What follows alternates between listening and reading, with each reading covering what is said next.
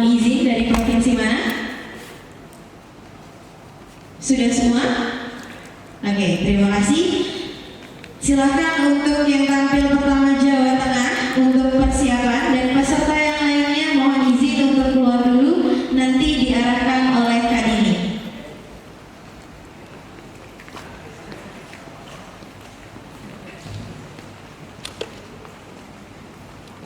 Kameranya mana?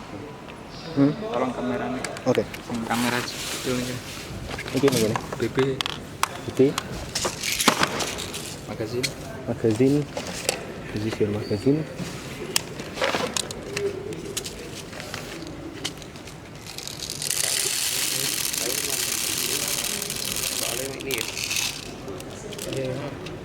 Teknologi. Mau tak tembak? Boleh. Enggak apa-apa. Atasannya. Untuk seluruh PPT peserta yang siap. alatnya mau dibawa keluar diperbolehkan, tapi jika ingin dititip di sini tidak apa-apa.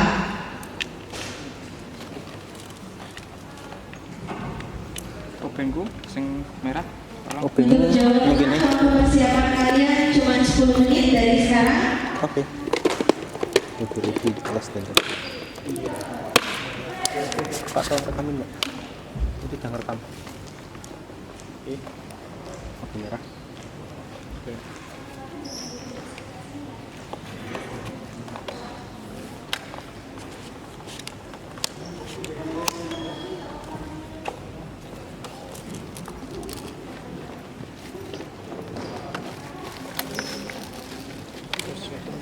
Terus langsung aja. Pelurunya di bawah lagi udah cukup. Udah, cukup. Pak ini sini. Direkamin. Pak itu kamera tolong rekam. Berekamin aku rasa ngomong. Ini udah ngerekam. Udah ngerekam. Ya. Sampai bar.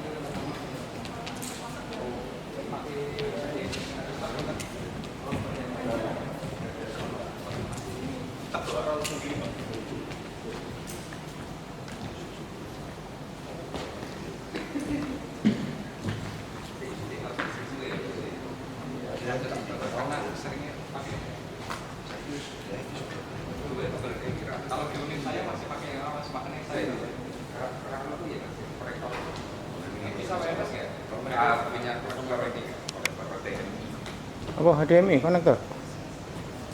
HDMI untuk VGA, bukan VGA ke HDMI. HDMI ke VGA.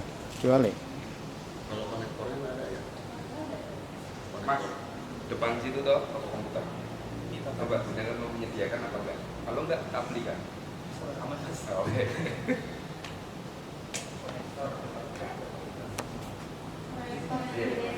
Coba.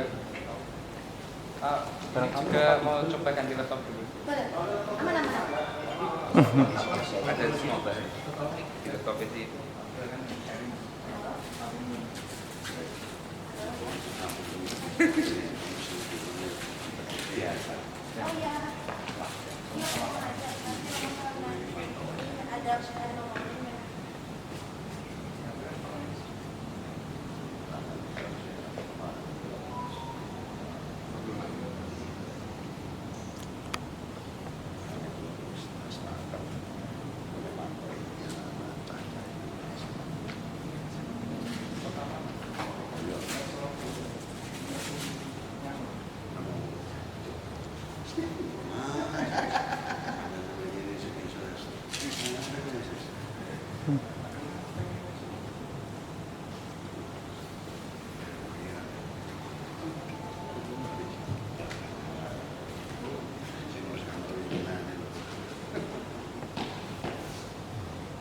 Mau perang, dia mau perang.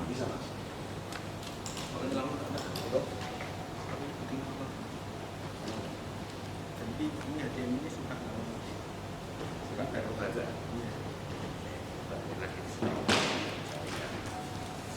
Coba.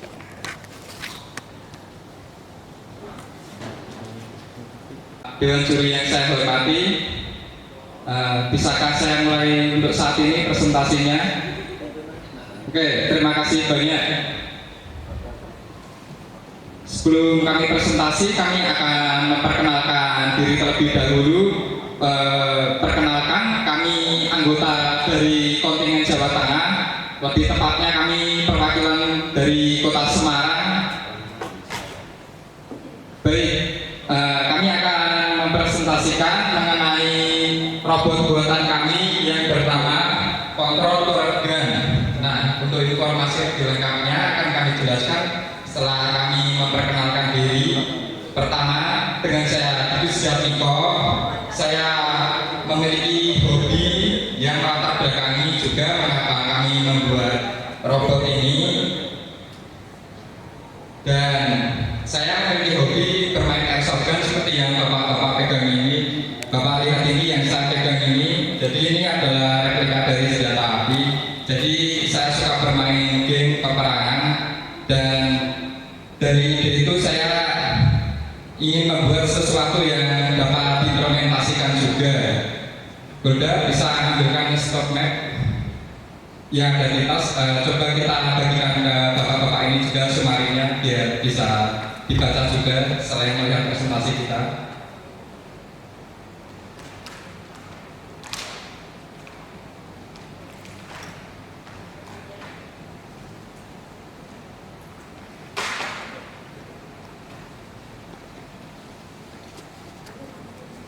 Baik Pak, izin kami membagikan sumarinya yang versi dicetak.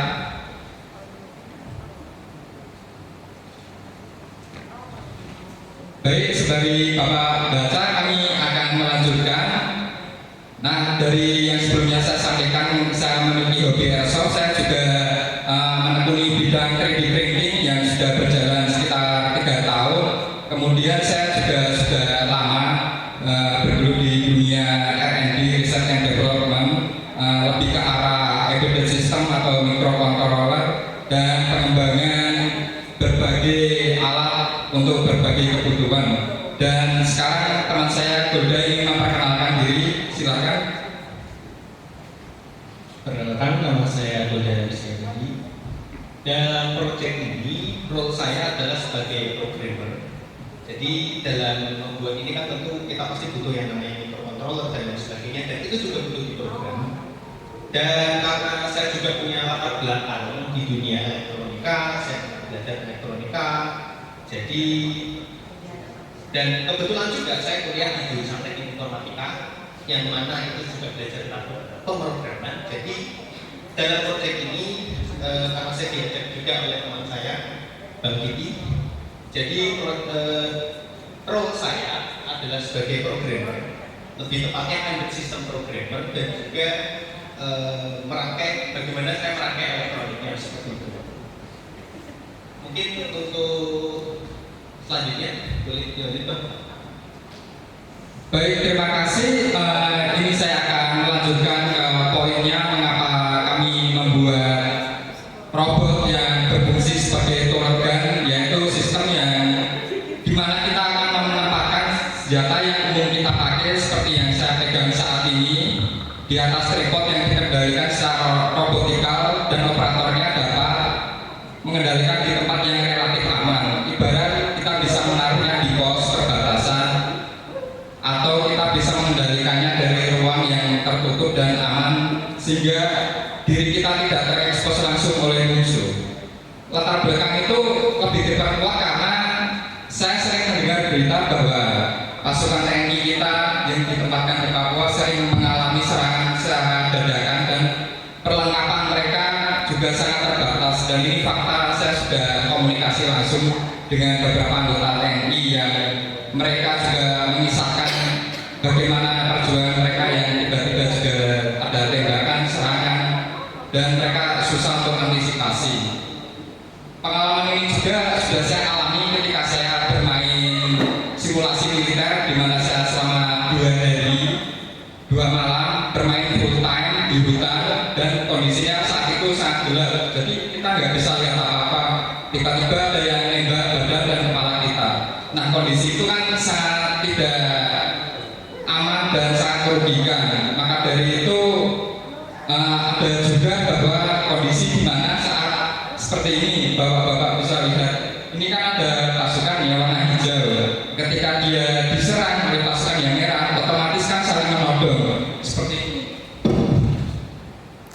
Misalkan ini dia nodong saya, ini kan saya kalau di sini saya langsung kena tembak nih, ya kan? Ada 2 kemungkinan di mana 50-50, di mana dia dulu yang tereliminasi atau saya. Nah, dari hal ini kita ingin membuat sistem yang dapat menggantikan peran manusia dan meminimalisir di mana itu akan terjadi injury atau hal yang fatal. Sehingga saya berpikir begini, kalau manusia untuk bisa mencapai kondisi seperti ini terlatih dan siap untuk perang, itu kan butuh kos yang sangat banyak. Dan saya juga sudah diskusi dulu dengan pihak militer, ternyata untuk human resource kita itu mahal juga untuk membentuk satu prajurit. Sedangkan kalau kita bikin hardware ini pun rusak, harganya juga tidak seberapa daripada nyawa dan budget yang dikeluarkan negara untuk keperluan pelatihan dan sebagainya. Jadi kami ingin membuat sistem yang modern dan dapat digunakan untuk menyelamatkan pasukan kita.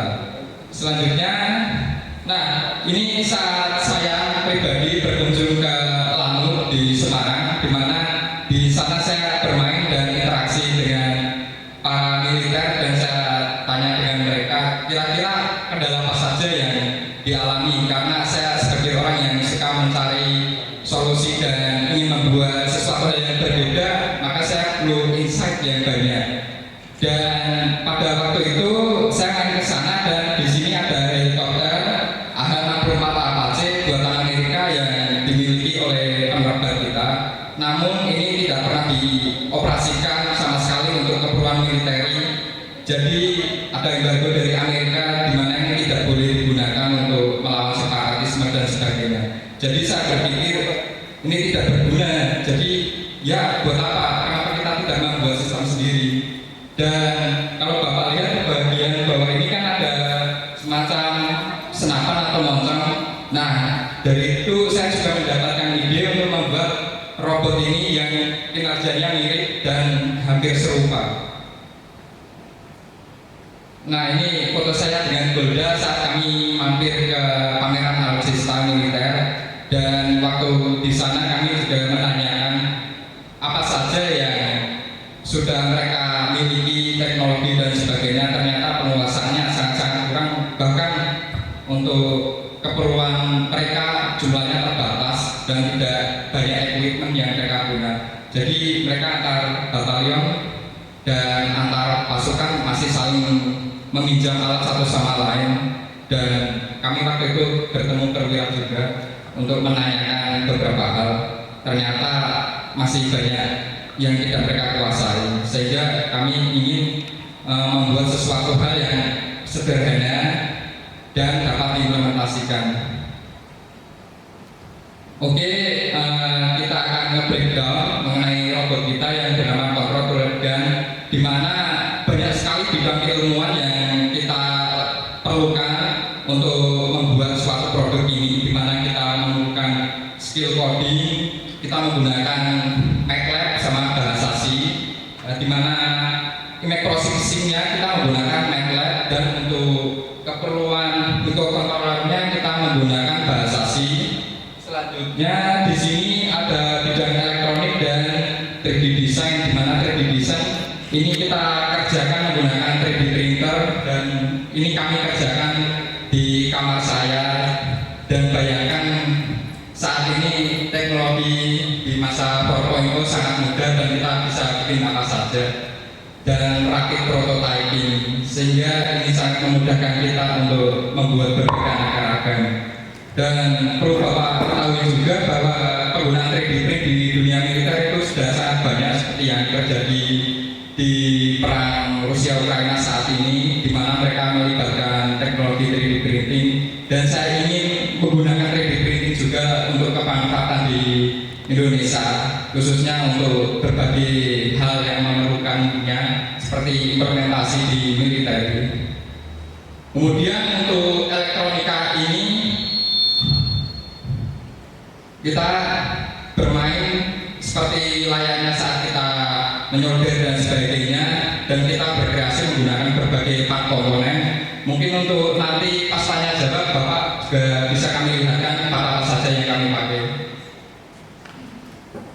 Oke, ini solusi. Jadi solusi dari masalah itu kami ingin membuat sistem di mana sistem itu portable dan dapat diassembly dengan cepat. Dan seperti ini jam 1 malam tadi saat saya di hotel, ini saya practicing sama teman saya Golda untuk mengassembly ini dalam waktu yang sangat singkat, sekitar 3 menit. Jadi semua dari part ini bisa dilepas bapak-bapak, dan ini bisa dimasukkan di dalam koper atau tas, jadi sangat ringkas sekali.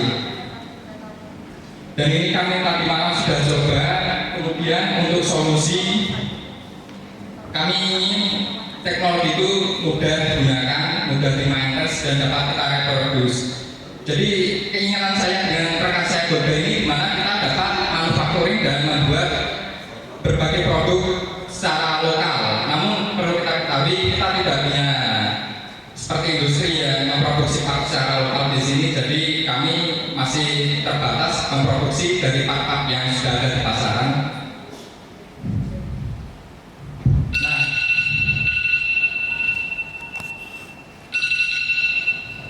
Oke, waktu habis untuk presentasi. Tuh, belum 15 menit? 10 menit. Oh, 10 menit. Sudah 10 menit? Iya, sudah 10 menit. Oke, silakan bapak-bapak ada yang ingin bertanya. Baik, langsung demo ya. Oke.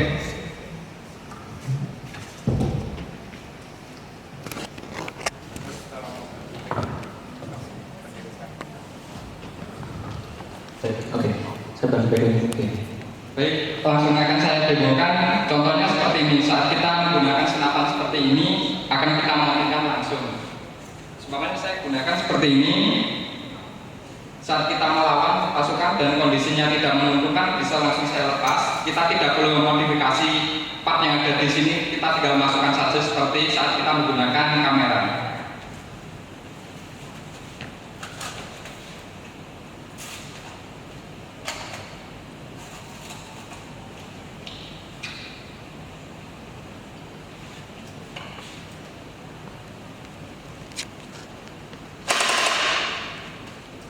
Nah itu saat kita memasang trigger akan saya secure terlebih dahulu agar aman.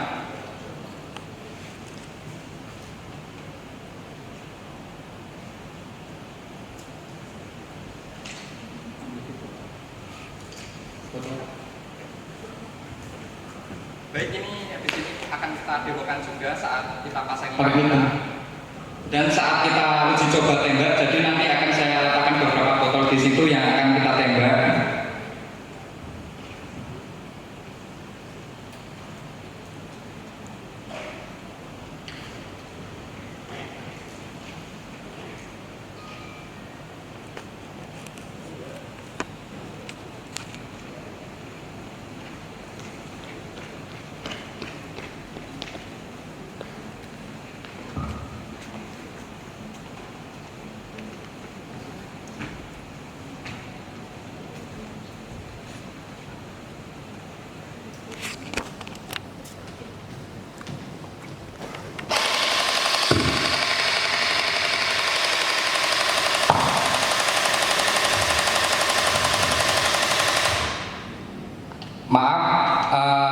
ini belum kita reset, perlu kita nyalakan terlebih dahulu. Golda, coba kita nyalakan.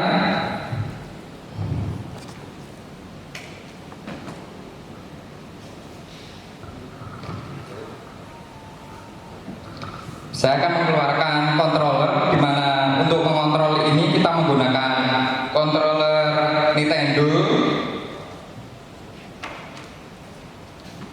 seperti ini, controller Nintendo Wii kalau bapak-bapak tahu.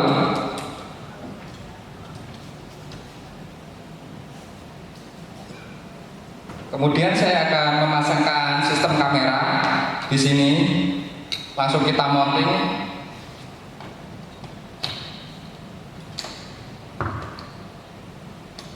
Oke.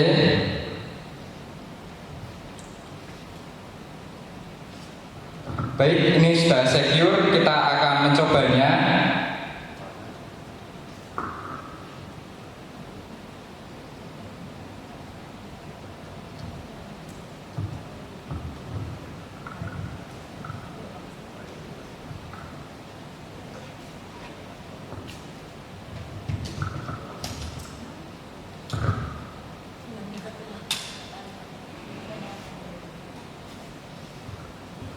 Baik, ini sudah berjalan.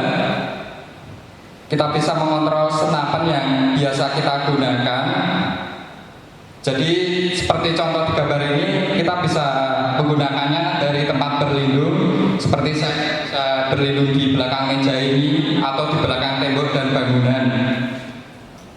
Dan ini dapat dikendalikan dengan aksis X, Z, dan untuk aksis Z itu untuk menekan seperti ini, menekan trigger, jadi bisa menembak.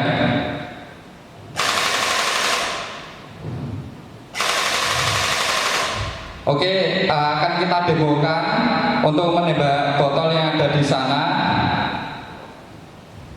Jadi kita akan menghubungkan ke laptop terlebih dahulu yang sudah kita tanami software khusus untuk keperluan menembak ini.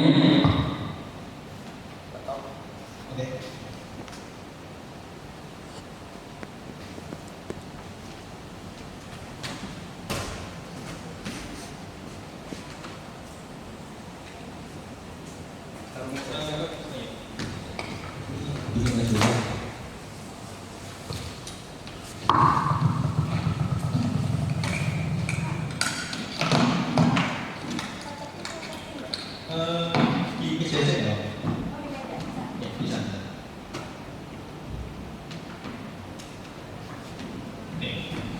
Oke, maaf agak ribet setupnya.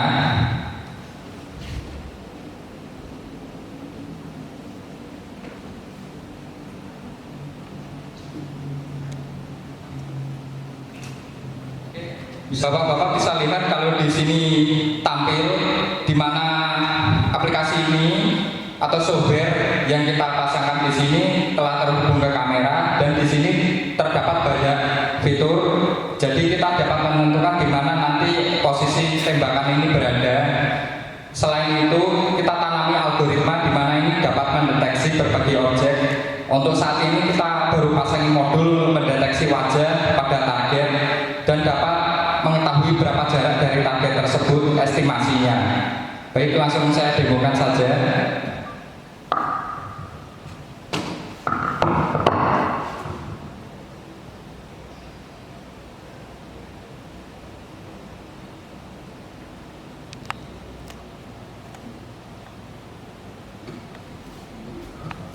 Oke, ini saya akan melakukan proses zeroing dulu.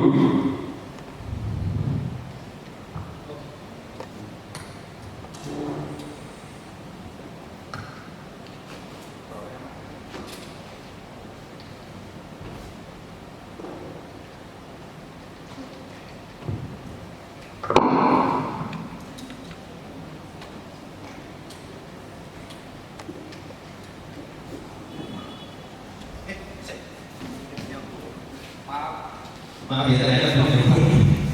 Sangat bacaan sekali. Ini pakai ini aja, Pak. Nah.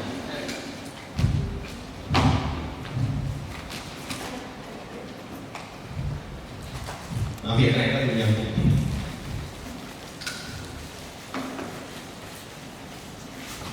Oke, saya akan langsung coba.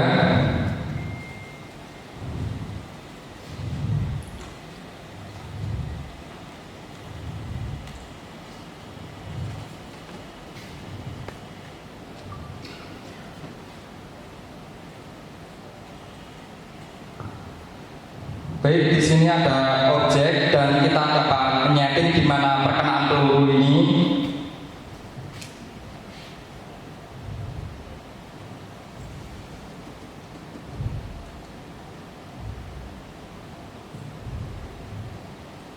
Kita uji coba dulu untuk mengetahui perkenaannya di mana sehingga kita dapat melakukan koreksi.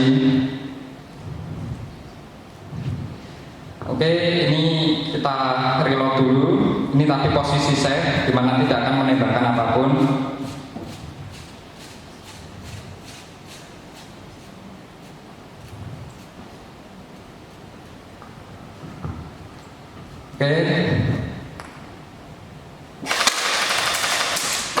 Oke, berhasil untuk menembak. Coba kita pasang di posisi lain, Golda. Kalau ada beberapa botol yang lain mungkin bisa dicoba. Botol yang mana ya? Itu ada botol. Tuh Tupperware punya juri. Gerakan namanya kiri kanan aja. Coba saya gerakan kiri kanan. Enggak apa bercanda. Mungkin botolnya aku pindah tempat aja ya. Dipercepat tadi yang jadi. Ya. Kemudian kecepatan putarnya gimana? Rotasinya ya, Pak. Ya, kecepatan punya. Untuk rotasinya ini kami tidak terlalu cepat karena untuk menembak butuh presisi, maka kita nggak terlalu cepat, jadi pelan standar. Untuk naik dan turun, untuk kanan kiri ini agak cepat. Kita menggunakan pneumatic stepper motor, dan untuk naik turunnya kita menggunakan linear actuator, di mana ini dapat menahan beban yang sangat berat. Kemarin sudah kami coba dengan senapan yang hampir 10 kilo beratnya, masih aman.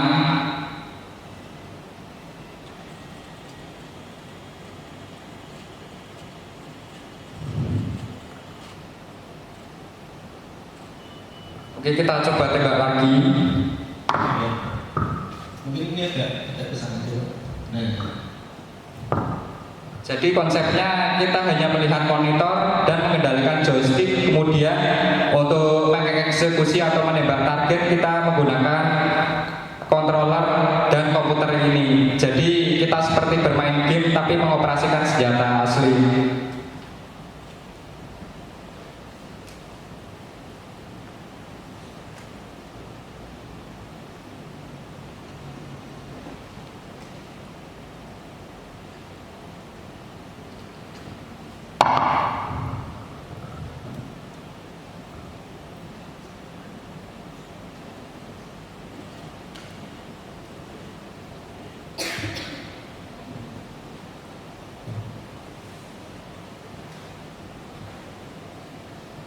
Oke, sasaran sudah terkunci.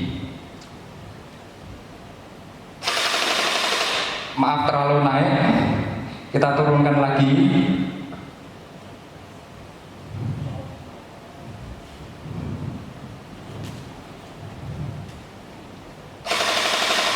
Oke, ini kosong, kita reload lagi.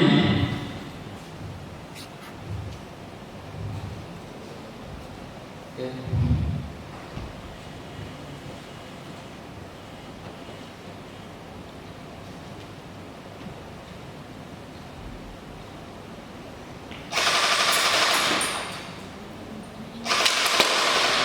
Oke, sudah kena target. Kurang lebih seperti itu demonstrasi ketika kita menggunakan sistem ini, di mana sistem ini secara remote dikendalikan.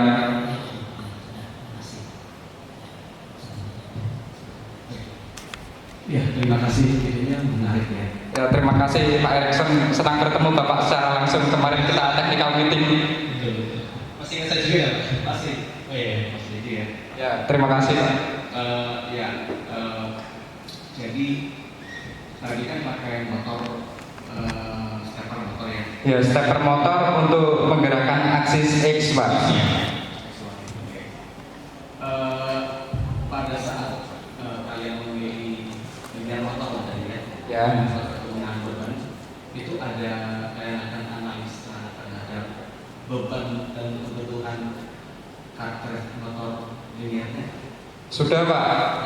Waktu itu jadi konsepnya gini. Ini saya tampilin slide selanjutnya ya Pak buat menambah gambaran.